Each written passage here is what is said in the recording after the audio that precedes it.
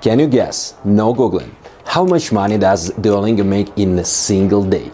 Maybe $10,000, maybe $50,000? Write your guess in the comments. Let's see who is the closest. Alright, here is the truth. Congrats, these guys make more in a day than most of us will in a lifetime. Over $2 million a day. Yeah, $2 million every day. Crazy, right? So, how it's even possible? Today, mobile apps and software products are real money machines, but what's actually behind them? In this video, I'm gonna melt your brain and hit you with pure motivation. We'll dig deep and uncover how these people build something that earns millions every single day. In this episode, you will know: where did Duolingo start? What business model did they use? How gamification changed the entire education industry? How their mascot literally boosted the app to the moon? And finally, can we repeat their success today? My name is Max Evans, I'm engineering manager, I lead big tech teams and build products. I've launched startups myself, so I know the IT world from the inside. Right now, I'm running a challenge, 1000 days. Every single day I upload a video about how I'm building a global product from scratch. So hit subscribe. My mission is to grow startup culture around the world and inspire thousands of people to start something on their own. Alright, let's deep dive. Once upon a time, there were two people who had no idea what was coming. One of them was Luis von Ahn, a professor of Carnegie Mellon University. He created reCAPTCHA, yeah, that I'm not a robot thing you've definitely seen. He sold it to Google, so one half of the team a brilliant professor. On the other half, Luis met a Swiss student named Severin Hocker, and that's where things got interesting. They both noticed one massive problem. Education was not accessible to everyone, especially English. Courses were expensive, private tutors even worse. So the idea was simple and bold. Create a free platform that could teach anyone a new language, without teachers, without paid lessons, without barriers. And that's how Duolingo was born in 2011. In the early months, the team literally worked from a university basement, powered by grants, caffeine, and pure enthusiasm. But today we are not here for a history lesson, right? We are here for the business side. Because here is the paradox. Education should be free, but how do you grow a company then? You need developers, designers, marketing, money. And honestly, they had no clue how to make money from free learning. Their first idea was almost genius: combine learning and work. Users would translate real-world texts like new articles or Wikipedia pages, and companies would pay for those translations. But it didn't work. The translations were sloppy, the market was tiny, and scaling it was impossible. So they pivoted. Next idea, English testing, something like IELTS, but simpler, cheaper, and fully online. People didn't want to pay for learning, they wanted to pay for proof, a certificate, a ticket to a new life, That's how the Duolingo English test was born. And finally, real revenue started coming in. But the real breakthrough came later, when Duolingo introduced the freemium module. The main course stayed free. That was non-negotiable. But then came the Super Duolingo subscription.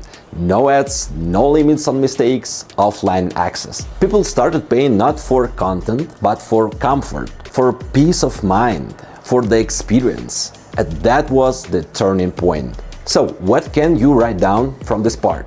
Here's a hint.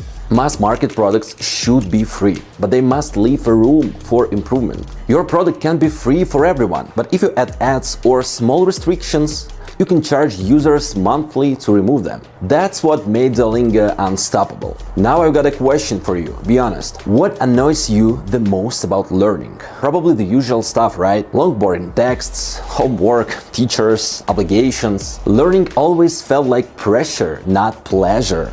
Duolingo decided to destroy that feeling. They turned education into a game, literally. Each lesson became short and simple, like a level in a mobile game. Every achievement triggered a little dopamine hit.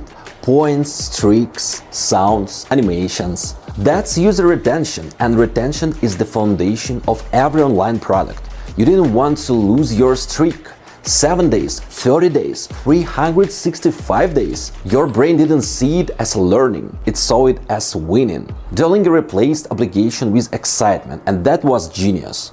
The hard system where mistakes cost you lives like in arcade turned failure into a challenge. Leaderboards and leagues added competition. You were not studying anymore, you were playing. That's how Duolingo solved the biggest problem in edtech, education technologies: motivation. They proved that people will learn not because they have to, but because they want to. So what should we take from this? Write it down. Your product must make people want to come back. It must entertain, reward, deliver dopamine. You're not teaching people, you're entertaining them while teaching.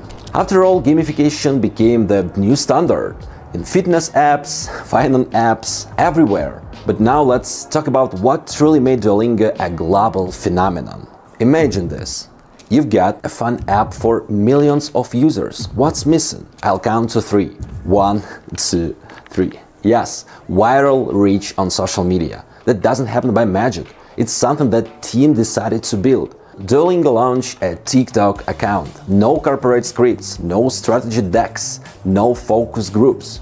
They just gave a full freedom to a young employee, Zarya Parves.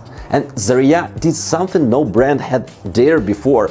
She made the company feel human. It started with one viral video. The duo all standing outside TikTok headquarters with a sign saying, "Let me in." It blew up.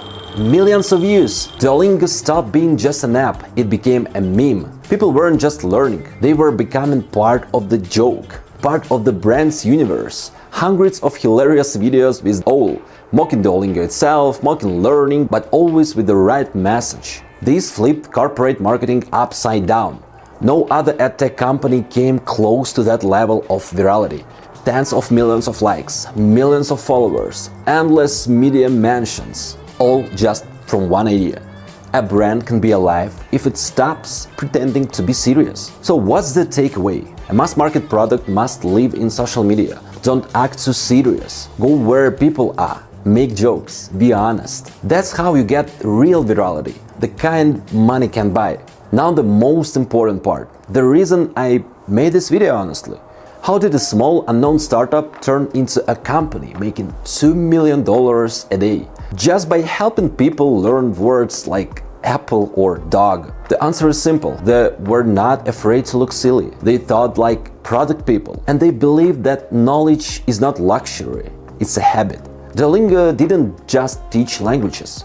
They teach us a new language of technology, the language of simplicity, playfulness. That's the real lesson for all of us, founders, engineers, dreamers. You can start with just one idea, one button, one line of code, and end up building something that changes millions of lives. Just don't try to look serious, do it for real. And believe that someday your own owl will fly too. If this story inspired you, subscribe. My mission is to grow a generation of innovators, founders, and creators who want to build something from their own. Dreamers who live with purpose. I'm with you guys. Now go, take one small step today, because that's how every great story begins.